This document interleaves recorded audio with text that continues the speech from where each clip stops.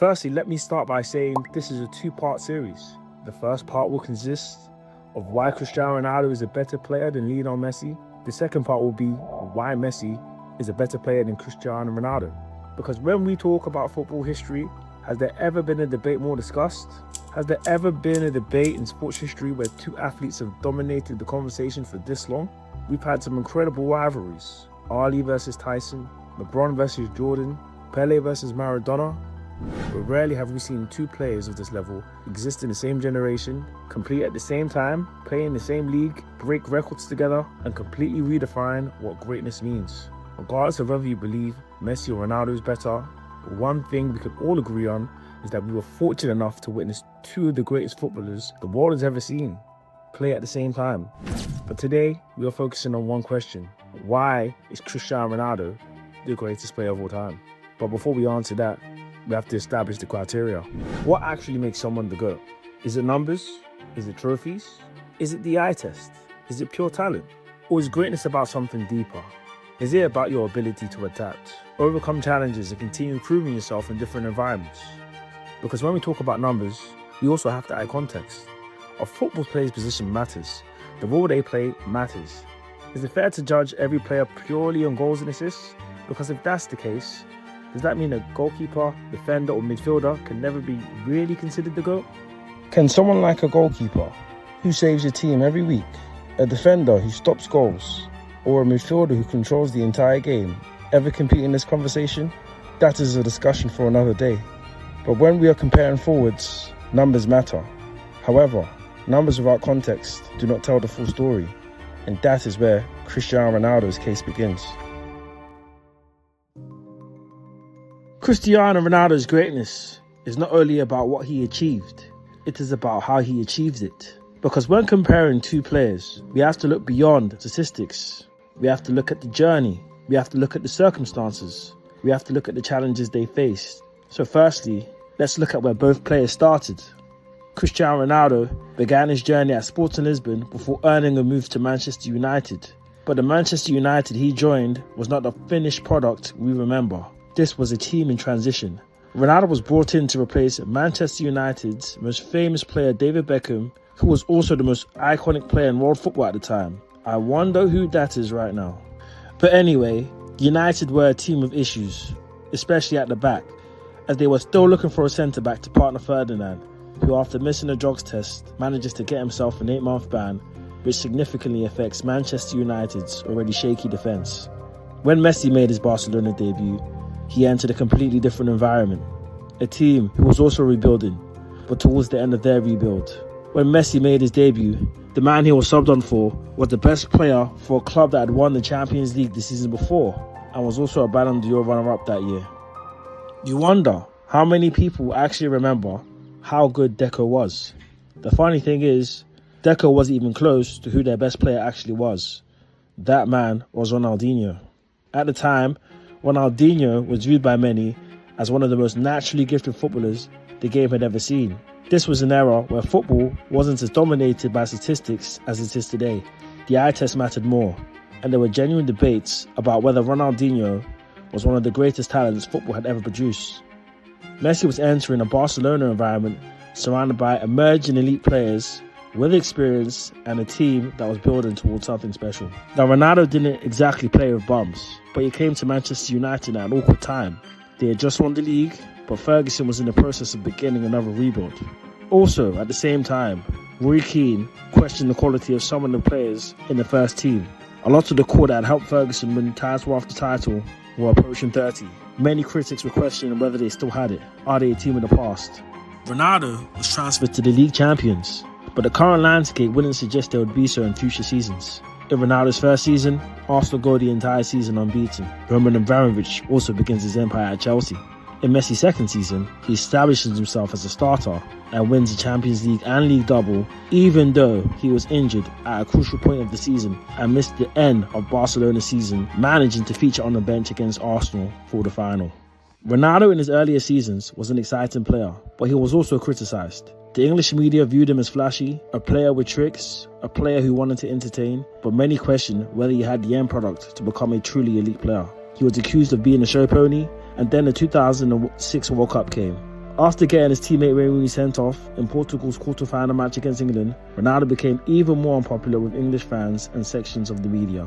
With Ronaldo still struggling with the passing of his father and potential backlash he would face from the English press, also the match-going fans, Ronaldo sought to move away for a fresh start.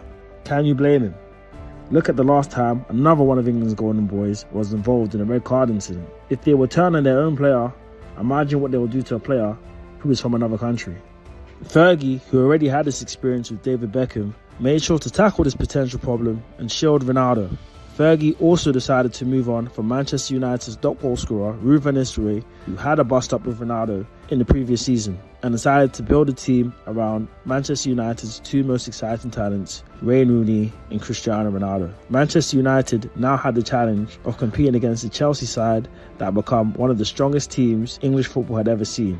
In their previous 2 seasons, they recorded 2 of the highest points tallies in Premier League history, also breaking the goals conceded record. On top of that, they acquired a former Ballon d'Or winner, Andriy Shevchenko, still in the peak of his powers, and another world-class midfielder in Michael Ballack. Manchester United, who needed to bridge the gap, had an underwhelming transfer campaign, acquiring only Michael Carrick from Tottenham and Edwin van der Sar from Fulham. Ferguson was heavily scrutinised for this and came under heavy pressure. He was fully expected to go a 4th season without winning the Premier League trophy, but he saw what we didn't. He knew his young boys would ascend and fill the gap left by Ruud, and ascend they did. Ronaldo became the club's top goal scorer and 2nd overall in the league, starting a period where Manchester United dominated the league and won 3 league titles in a row. Chelsea undoubtedly had the better players, as most of them were closer to their peaks. They were littered with stars, depth, and an endless supply of financial backing, while Man United had to tighten their purse strings after the Glazers' disastrous takeover, putting the club into massive amounts of debt,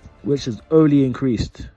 Now let's discuss Lionel Messi. And to be clear, this is not an argument that Messi was not great. Messi is one of the most gifted footballers the game has ever seen. But when we are comparing 2 players for the title of greatest ever, context matters. Throughout his career, Messi has consistently played alongside some of the best players in world football.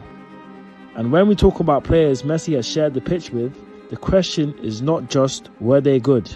The question is, were they amongst the greatest players to ever play their positions?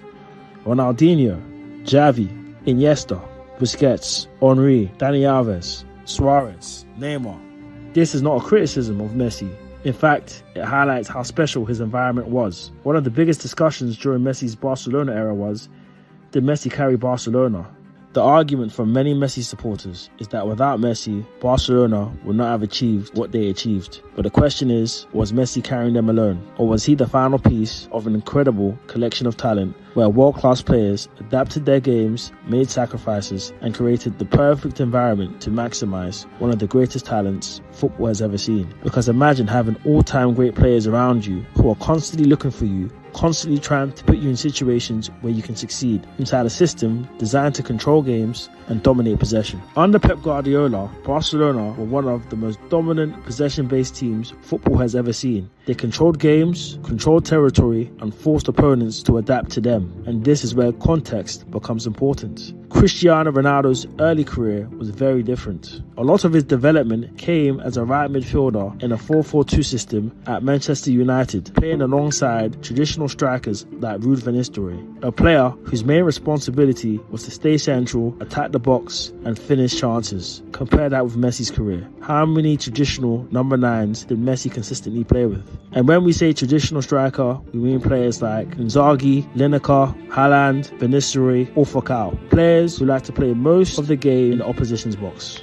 Interestingly, people now associate the peak of Ronaldo's career to this position. Due to a chronic knee condition, Ronaldo was forced to evolve his game from an explosive ringer to become more of a traditional number 9. Messi, meanwhile, spent the majority of his career as an attacking player in a system built around his strengths, surrounded by elite talent, in the same system, in the same league. And that brings us to another argument. As incredible as Messi was and still is, was he too comfortable? Because when you're competing against someone who is also chasing the title of greatest player ever, wouldn't you want to remove every possible doubt? Wouldn't you want to prove yourself in every possible environment? Wouldn't you want to show you can dominate anywhere? This is an article I found of Xavi speaking about Ronaldo's Premier League dominance, effectively goading Ronaldo to come to the league. One of the biggest arguments surrounding Messi was always his connection to Barcelona. Barcelona was home, it was where he developed, it was where the system was built around him. It was where he understood the culture, the teammates, and the football philosophy. And there's nothing wrong with that. However, if you look at his characteristics, could Messi's personality have played a role? Being naturally shy and introverted, leaving Barcelona would have created a completely different challenge. A new league, a new dressing room, new teammates, a new style of football. Instead of everyone adapting to Messi, Messi would have to make some adaptations to them. He would also leave the La Masia system that had helped him develop from a young player into one of football's greatest ever players. And in the case of the Premier League, he would be entering a physically demanding league where every match would test his body differently. Early in his career, Messi had injury problems. Could it be possible that the physical demands and intensity of English football were part of the reason a move never happened? Many Messi supporters argue that his loyalty to Barcelona is why he never left, and that is understandable. But when Barcelona reached a point where they could no longer compete at the level Messi expected, he wanted to move. Well, he got that move. So here it is, an opportunity to put everything to bed. What we've been dreaming to see, Messi playing cold nights in Stoke, but instead he moved from one of Europe's strongest leagues to League One with Paris Saint-Germain. A league many consider to be below the Premier League, La Liga, Serie A and the Bundesliga in competitiveness. And yes, Messi was chasing the Champions League, and that is understandable. But the argument was never whether Messi could succeed with elite players around him, as we had already seen that. Playing in the Premier League was the biggest point of contention amongst all of his naysayers, and the opportunity presented itself to put the debate beyond reasonable doubt, and he chose the less risky option. He chose to do the easiest possible thing in that scenario: ignorance. Why join a league and risk your standing regardless of whether you can or can't perform in that league? Your fan base won't change their minds, and you can still bring others to your corner by doing other things, such as win the World Cup, of course. Ronaldo, however, the same season Messi left to go PSG, went to Manchester United at 35 to risk his reputation once again. A very admirable thing to do when you consider Manchester United were not the same side he left due to poor leadership, management, recruitment and culture. Ronaldo tried to restore some of that culture, but ultimately a combination of the league improving, his ability deteriorating, the club's culture and condition, it was far too big a challenge for Ronaldo at that stage of his career. Even in the twilight of his career, with the wear and tear on his body, the chronic knee condition that forced him to change his playing style in 2014, he still wants to be playing the most competitive football his body will allow him to play at this stage of his career. The GOAT debate is not just about your talent, numbers, or even eye test. There are also other intangibles such as impact, willpower, leadership. Ronaldo is more than just a footballer. He is a symbol of faith, a fighter, a winner. An example of how you can be hit with obstacle after obstacle and overcome them or die trying. Messi is the biggest obstacle he has in his career. It is an obstacle to many he has overcome and to many he hasn't. But what we do know is if he hasn't, he will die trying.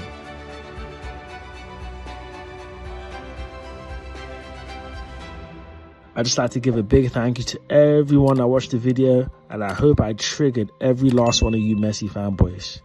Every last one of you. I hope you watched that and were triggered and enraged with these views, because I know it burns your souls. I want you guys to leave a comment insulting me right now. Please. I need it. It feeds my energy. It would motivate me to make more videos like this. But stay tuned, Messi fanboys. I've got a part 2 for you that'll put a smile on your faces. Don't worry, I got you. Next video, I'm going to have to, put Ronaldo to the sword, unfortunately.